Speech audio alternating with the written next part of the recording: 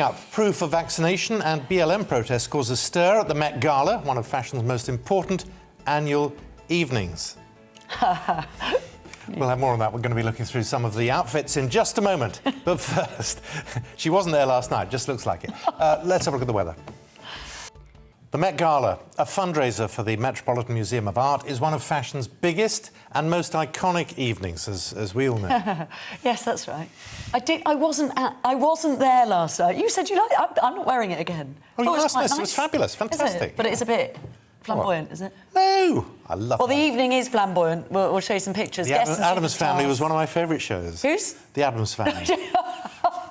Right. And Morticia as well. Anyway, I'll tell you what, you're something else, aren't you? Thank you. The outfits are extravagant. The event hasn't been able to go ahead since 2019, obviously, due to the pandemic. So they were back in force. So let's have a look. Masks, tests and proof of vaccination were all needed, by the way. Nicki Minaj, Trinidadian rapper, explained that she wouldn't be attending the event because she hadn't been vaccinated yet. Certainly wouldn't do it just for the Met. Other notable absentees included Lady Gaga, who actually is great when you've seen her outfits there. Blake Lively wasn't there either. No, and who else? And Zendaya wasn't there. Right. Billy Porter. You've heard of Harry Styles, Harry surely. Styles not Harry there. Styles wasn't Kirsty there. Gallacher not there. Oh, God.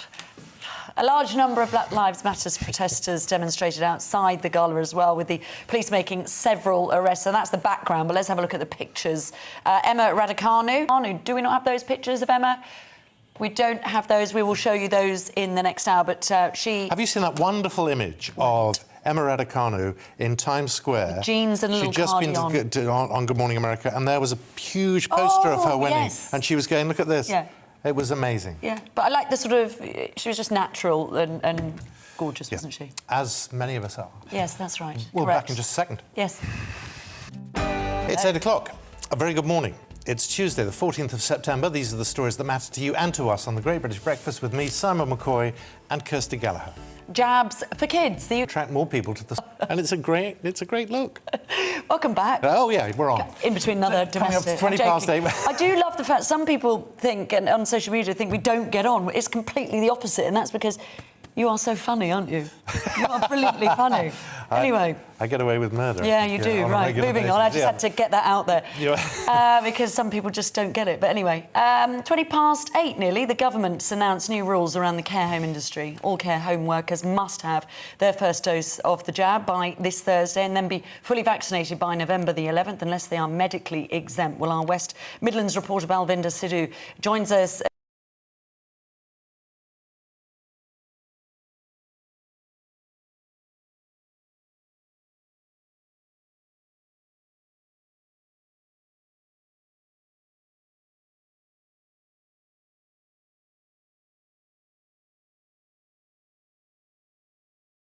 Andrew's lawyer has described allegations of sexual assault filed in a US court as baseless and non-viable, as well as potentially unlawful. Andrew Brettler, who's representing you watching the Great British Breakfast with her and me. Her and me, yeah. It's been a tough year and a half for our children, as we know. Lockdowns, isolation has caused them so much stress. The start of the new academic year adding onto that list. In a new survey, a whopping 21% of respondents said that their children wet the bed in the run-up to school starting in September, and 54% said it became more frequent during this time. Keith Duffy, former Boyzone star, dad of two, has shared his experience of bedwetting as a child, and he joins us now this morning from Dublin, alongside Davina Richardson, who's children's specialist nurse at Bladder and Bowel.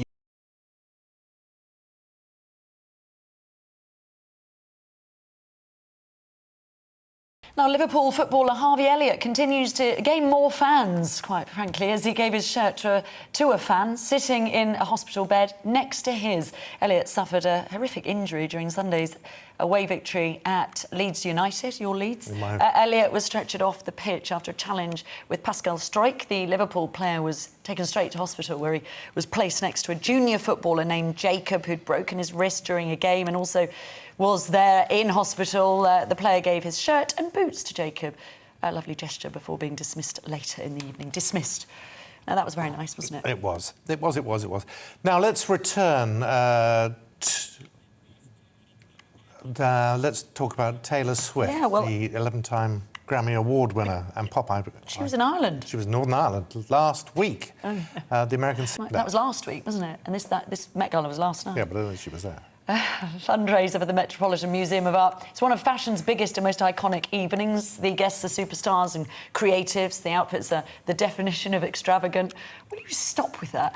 I mean, if you missed it earlier... If that is not a Met Gala outfit, I don't know what is. Or Morticia. Yeah, that was off camera. Yeah. Well, no, it was a bit harsh. You said it earlier. Oh, okay. Yeah, it was a bit harsh. Yeah, I don't mind. The event hasn't been able to go ahead, of course, for a few years because of the pandemic. This year's celebration is quite different. Many familiar faces missing because masks, tests and proof of vaccination were all needed, so therefore some didn't want to attend. Nicki Minaj, the rapper, said she didn't want to be there because she hadn't been vaccinated yet and certainly wouldn't do it for the Met. Well, let's look at who was there. Rihanna, yes. Let's show you, first of all, what she... Also last night, former Wimbledon champion Virginia Wade... Oh, that was seamless, wasn't it? Oh, wasn't that lovely? New York last night, but here on GB News last night, Virginia Wade was on. Yeah. Did you like that? Yeah, good. Yeah, good, thanks. GB News presenter Dan Wood on Tonight Live about Emma Raducanu's astonishing victory at the US Open. Let's have a listen.